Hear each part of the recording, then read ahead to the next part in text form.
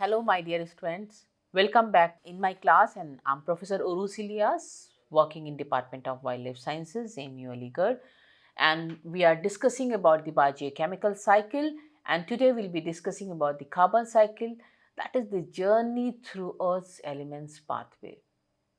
So the carbon cycle is the process that moves carbon between the plant, animals and microbes, minerals in the earth and the atmosphere. So carbon is a very important component.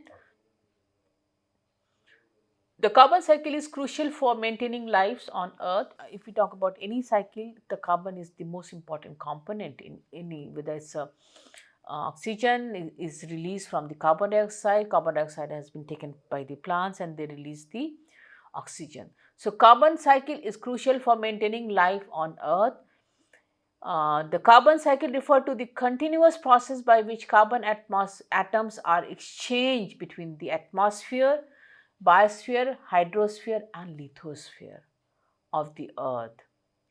It involves various interconnected pathways through which carbon is transferred and stored, playing a critical role in maintaining the balance of carbon in the environment. So that is the carbon cycle. What is the carbon? The carbon is a chemical element, the symbol is C and atomic number is 6. So that is the carbon. So carbon is the chemical element with the symbol C and atomic number 6. Non-metallic elements that exist in various forms including graphite, diamond and amorphous carbon. Carbon is the fourth most abundant element in the universe and plays a fundamental role in the structure and functioning of all known life forms. Carbon is essential for life as it forms the basics of organic compound, which are the building block of living organism. Currently, the concentration of carbon dioxide in the Earth's atmosphere is approximately 415 parts per million or 0.0415% by volume. So this is the concentration of the carbon dioxide in the Earth atmosphere. What are the importance of the carbon cycle? Why we are studying the carbon cycle? What are the importance of the carbon cycle? So carbon cycle regulates Earth's climate. Approximately 93.5 million metric tons of carbon are exchanged between the atmosphere and the Earth's surface annually.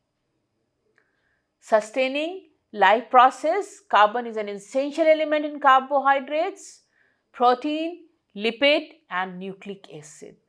So, we need carbon to sustain our life process. Support ecosystem function, carbon cycling facilitates nutrient cycling, primary production and energy flow in the ecosystem. So, this is the important components of the carbon. These are the importance of the carbon: regulate Earth's climate, sustain life process and support ecosystem functions. So these are the major or importance of the carbon cycle. And carbon sources, there are two kind of carbon sources. One is the natural sources and another is the anthropogenic sources. Natural sources means which comes from the nature. Respiration, volcanic activities, decay of organic matter are the natural resources. Respiration, approximately 60 billion metric tons of carbon are released annually through respiration. Volcanic activities releasing around 0.26 to 0.36 billion metric tons of carbon dioxide annually. So this is the natural source. So anthropogenic sources are burning fossil fuels, deforestation, industrial process. Burning fossil fuels means combustion of fossil fuel releasing about 36.5 billion metric tons of CO2 per year. That is the anthropogenic sources. So there are two sources, natural sources and anthropogenic sources. Carbon sinks atmosphere contains approximately 760 billion metric tons of carbon in the form of carbon dioxide. Oceans, oceanic carbon sinks absorb about 2.6 billion metric tons of carbon dioxide annually. These are the carbon sinks. And soil organic carbon stocks estimated all about 1,500 to 2,200 billion metric tons. And the biomass, vegetation and organic matter in forest, grassland and wetland act as carbon sinks. So these are the major carbon sinks where the carbons are being trapped, containing atmosphere 760 million metric tons of carbon in the form of carbon dioxide. So these are the four different carbon sinks, and the process of the carbon cycle, how this cycle is being processed. So there are three main component, three main important um, process which actually make the process of the carbon cycle. So first is the photosynthesis, another is the respiration, and third is the decomposition. These are the three main component of the process of the carbon cycle. So approximately for the photosynthesis, approximately 150 billion metric tons of carbon are fixed annually through photosynthesis.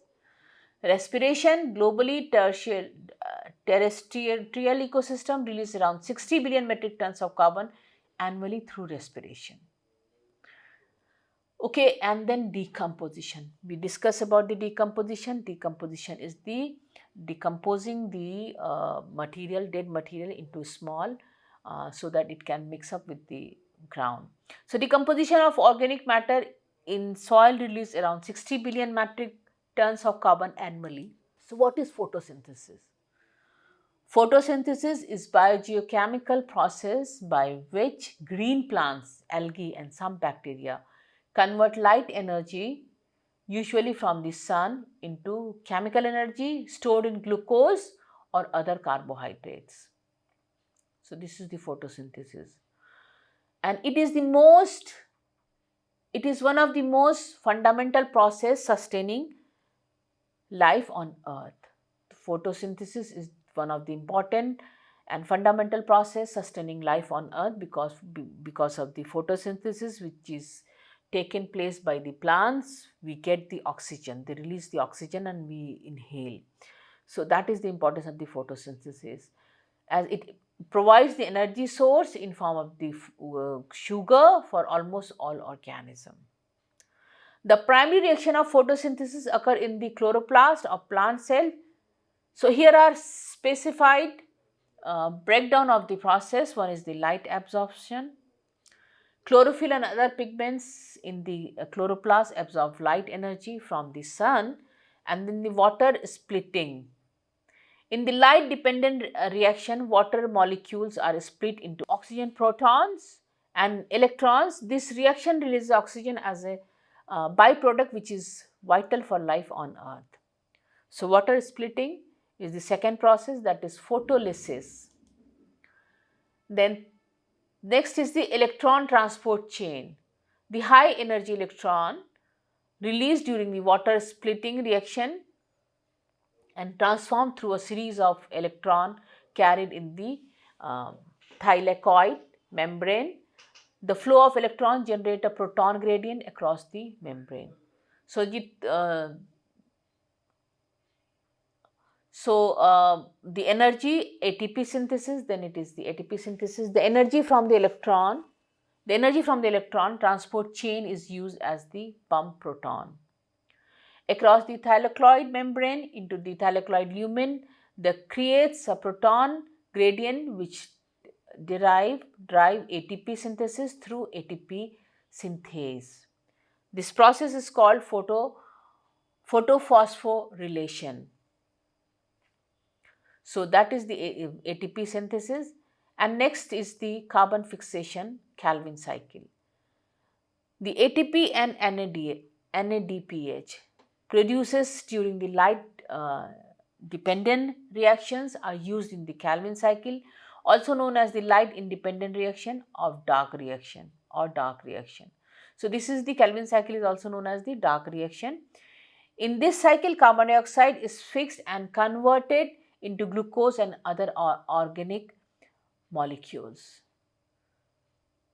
So NADH is the nicotinamide adenine dinucleotide phosphate, and the overall reaction of the Calvin cycle can be summarized as the formula given in the screen. 26 carbon dioxide plus 6 H2O water plus ATP plus NADPH give rise to C6H12O6, that is glucose plus oxygen. So this is the carbon fixation, that is the Calvin cycle. The next is the respiration. After photosynthesis, it is the respiration. This definition of cellular respiration is the metabolic process through which cells convert nutrient into energy, typically in the form of ATP, adenosine triphosphate, we know ATP, GTP. By oxidizing glucose and other organic molecules, it occurs in three main stages, and that stages are glycolysis, citric acid cycle or the Krebs cycle, and oxidative phosphorylation. So, these are the three main stages of the cellular respiration: glycolysis, citric acid cycles, and oxidative phosphorylation. So, the final ATP yield, the complete oxidation of one molecule of glucose through cellular respiration yield approximately 36 to 38 molecules of ATP depending on the cell type and condition. Third is the decomposition. Carbon decomposition is a critical component of the carbon cycle, which involves the movement of carbon among Earth's atmosphere, ocean, soil, rock and living organism. Decomposition of organic carbon compounds such as dead plants and animal material undergo decomposition by microorganism releasing carbon dioxide into the atmosphere. So, decomposition of organic carbon releases carbon dioxide in the atmosphere. The second is the decomposition of the carbonate. So, carbonate such as calcium carbonate can decompose under certain condition releasing this carbon dioxide. And fossil fuel combustion.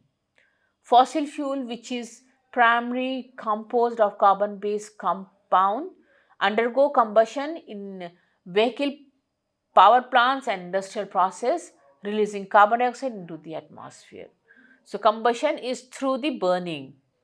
Burning is either by vehicle, by power plants or by industrial process. So, that is the combustion and they release the carbon dioxide in the atmosphere. Carbon sequestration. Conversely, carbon can be sequestrated or stored in various reservoirs. Carbon sequestration means absorbing the carbon, trapping the carbon either by green plants or by oceans. So, the carbon sequestration are stored in various reservoirs such as forest, ocean and geological formations. Mitigation is released into atmosphere. Processes like photosynthesis and carbon capture and storage contribute to carbon sequestration. Decomposition in soil. Decomposition of organic matter in soil is facilitated by microorganism which breaks down complex carbon compounds into similar forms, releasing carbon dioxide and nutrient essential for plant growths. So, decomposition of soil we have completed. Combustion is a chemical reaction between a fuel and an oxidizing agent, usually oxygen. The produces heat and often light in the form of flames. When carbon containing fuels undergo combustion, carbon dioxide is typically produced. And the environmental impact is combustion of carbon based fuels such as coal, oil and natural gases is a major source of carbon dioxide emission, contributing to climate change and global warming. That is the environmental impact. Oceanic process. Oceanic acidification refer to the organic decreases in the pH of Earth's oceans, primarily caused by the absorption of excess atmospheric carbon dioxide that leads to oceanic acidification. This process alters seawater chemistry, making it more acidic over time. So, this Oceanic acidification is because of the excess atmospheric carbon dioxide. Carbon dioxide carbon dioxide absorption. Oceans absorb approximately 9.4 billion metric ton of carbon dioxide annually, primarily through dissolution at the ocean surface. Role of phytoplankton: 45 billion metric ton of CO2 annually, converting into the organic matter. That is the role of phytoplankton. Then chemical reaction: the absorption of carbon dioxide by seawater lead to the formation of carbonic acid, that is H2CO3, which dissociate to release hydrogen ions and bicarbonate ions, thereby reduces the pH of the seawater. pH level is being reduced of seawater. Now come to the carbon feedback mechanism. There are two kind of mechanism. The positive feedback loop, that is melting permafrost, and negative feedback loop, increasing plant growth. So there are two feedback group, positive feedback loop and negative feedback loop. So positive feedback loop is the permafrost. Permafrost is actually converting frozen food products into the liquid. That is the permafrost, containing 1400 to 1850 billion metric tons of the organic carbon, is vulnerable to thawing due to climate change. Thawing is process of converting frozen food products into liquid. That is the thawing. As permafrost melts, organic matter previously frozen or thousands of years become exposed to microbial decomposition. So negative feedback loop increases plant growth. Negative feedback loop is the elevated atmospheric carbon dioxide level. It stimulates photosynthesis in plants, leading to increased plant growth and biomass accumulation. That is the negative feedback loop. And the second is the stored carbon in plant biomass serves as a temporary carbon sink, mitigating the buildup of carbon dioxide in the atmosphere. So that is the second, that is the negative feedback. So carbon feedback mechanism are two type. One is the positive feedback and there is the negative feedback. In positive feedback, we discuss about the melting permafrost and is vulnerable to thawing due to climate change. And the second was the negative feedback loop. Elevated oxygen, atmospheric carbon dioxide level stimulate photosynthesis in plants, leading to increased plant growth and biomass accumulation. Impact of human activities on carbon emission. What are the human activities? What are the human activities and how they impacted on the carbon emission? So global carbon dioxide emission reaches, one is the accelerated carbon emission, that the global carbon dioxide emission reached approximately 36.4 billion metric tons in 2020, primarily due to human activities such as burning fossil fuel, deforestation and industrial process. So that will come under the accelerated carbon emission. Second is the deforestation and land use changes.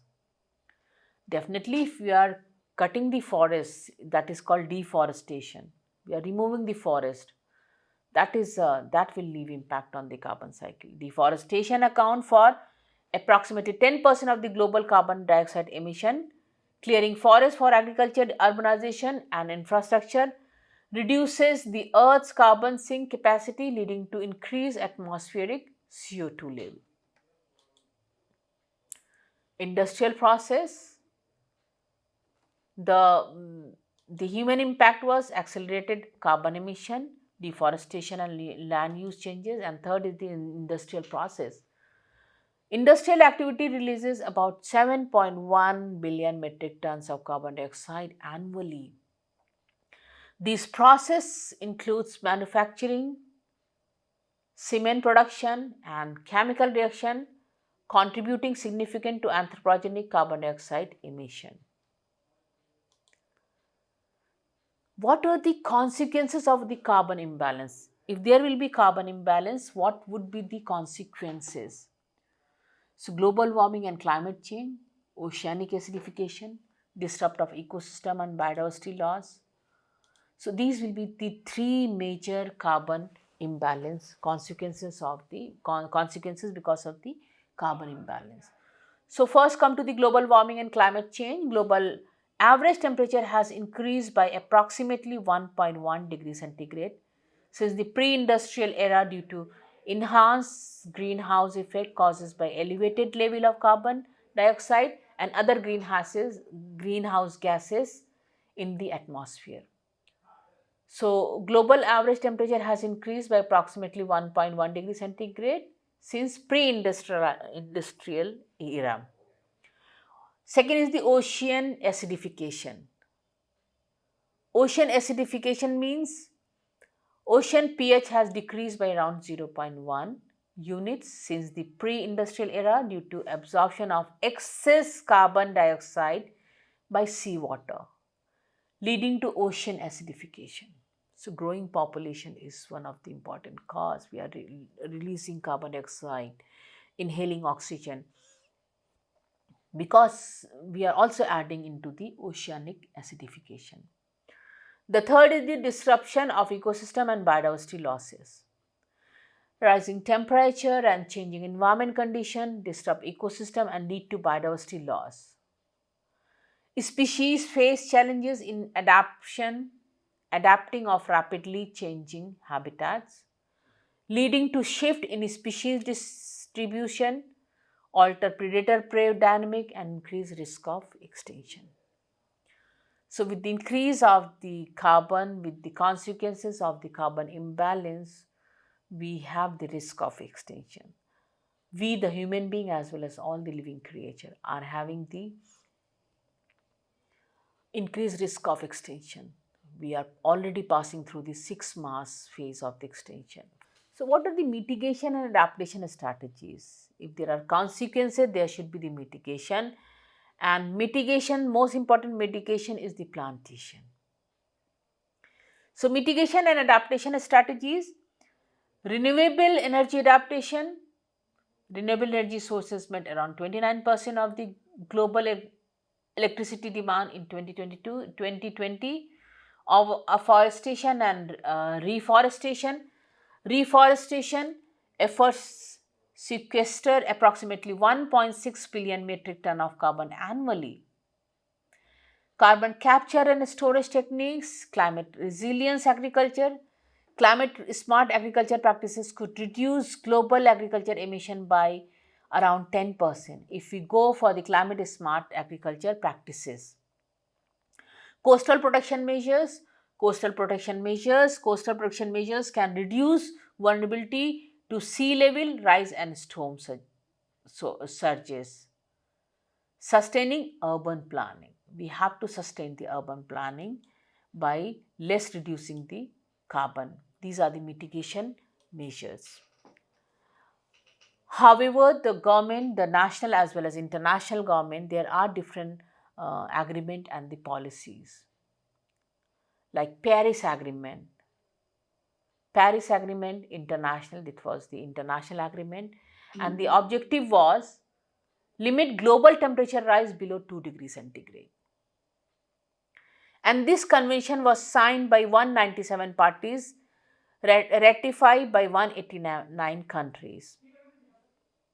Second is the Kyoto Protocol, very popular, that is again international agreement, reduce greenhouse gases emission, ratified by 192 countries, parties, including most developed nations.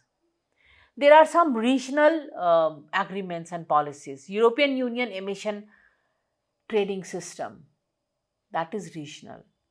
Cap and trade system for carbon emission.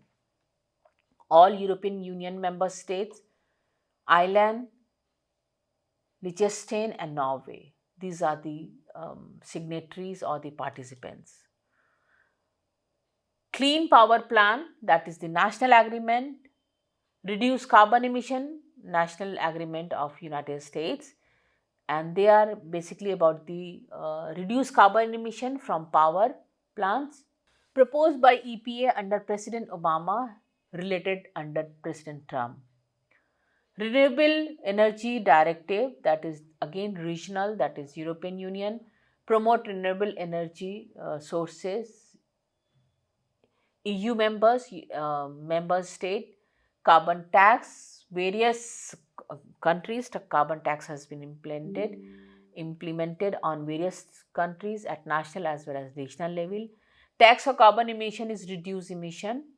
We all have to reduce emission to control the global warming. Implemented by various countries and regions. California Cap and Trade Program, that is again in USA, that is the regional agreement. Cap and trade system for carbon emission, California state government. So these are some national and international policies, national international conventions taken on the carbon emission. So there are various current research and innovation, that is the direct air capture, carbon neutral initiative, monitoring and assessment of methods. So carbon sequestration techniques, direct air capture technology can capture around 1 to 10 metric tons of carbon dioxide per day. Bioenergy and carbon capture and storage, enhanced weathering. Carbon neutral initiative, corporate carbon neutrality, renewable energy investment, monitored and assessment methods. There are different methods for monitoring and the assessment method. One is the satellite remote sensing, another is the carbon accumulating tool, and third is the blockchain and to integration. There are different case studies. There are different places which are suffering because of the carbon. Amazonian rainforest deforestation. We are cutting down the Amazonian forest. It is there in the news. And Amazon rainforests serve as a critical carbon sink, absorbing large amount of atmospheric carbon dioxide through photosynthesis. And deforestation in Amazon basin primarily derived by agriculture expansion. Because of the agriculture expansion, the forests are being cut, and logging disrupt the carbon cycle and releasing stored carbon into the atmosphere. Impact is the loss of carbon sequestration capacity. Climate change and contribute to biodiversity loss, affecting global weather pattern and regional ecosystem. Reforestation initiative, this was the Amazon rainforest deforestation. This is one case study. The second case study about the reforestation initiative. So the reforestation project aimed to reduce degraded ecosystem and increase carbon sequestration capacity. Carbon sequestration capacity matlab increase the volume of the green vegetation and the oceans, clean the oceans. See the Bond Challenge, a global initiative, 20 restore. The Bond Challenge to restore 350 million hectare of degraded land by 2030 includes reforestation efforts and enhances carbon storage and biodiversity. The impact: successful reforestation projects contribute to carbon sequestration, mitigation climate changes, and provide ecosystem benefits such as habitat restoration and watershed protection. Carbon capture and storage technology, this is the third case study. And this technology capture carbon dioxide emission from industrial process and store them underground to prevent their release into the atmosphere.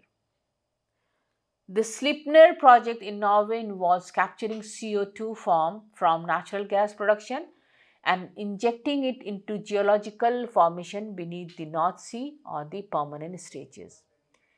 The impacts of carbon capture and storage technologies mitigate greenhouse gases emission from industrial sources, helping to reduce atmospheric CO2 carbon concentration and combat climate change.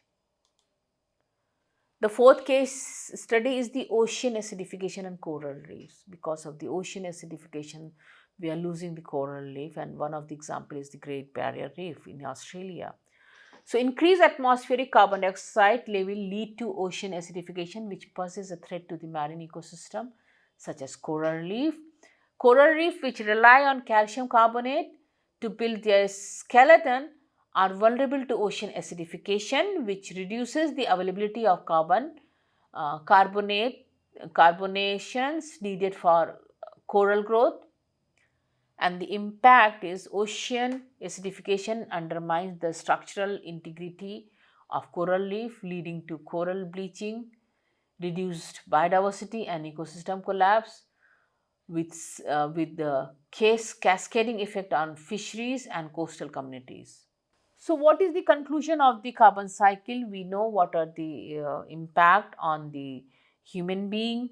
If there is a disturbed carbon cycle, we have discussed various case studies, and the conclusion is vital earth process, interconnected system, human impact, environmental consequences, and collective action. So, conclusion, vital earth process. The carbon cycle is a fundamental earth process that regulate the flow of carbon among the atmosphere, oceans, soil and living organisms, sustaining life on our planet.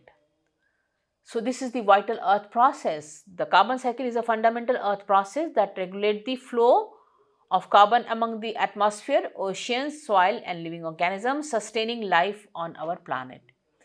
Interconnected system, carbon interconnects with various earth systems including the atmosphere, biosphere, hydrosphere and lithosphere through process such as photosynthesis, respiration and decomposition. This is interconnected system. And the third is the human impact.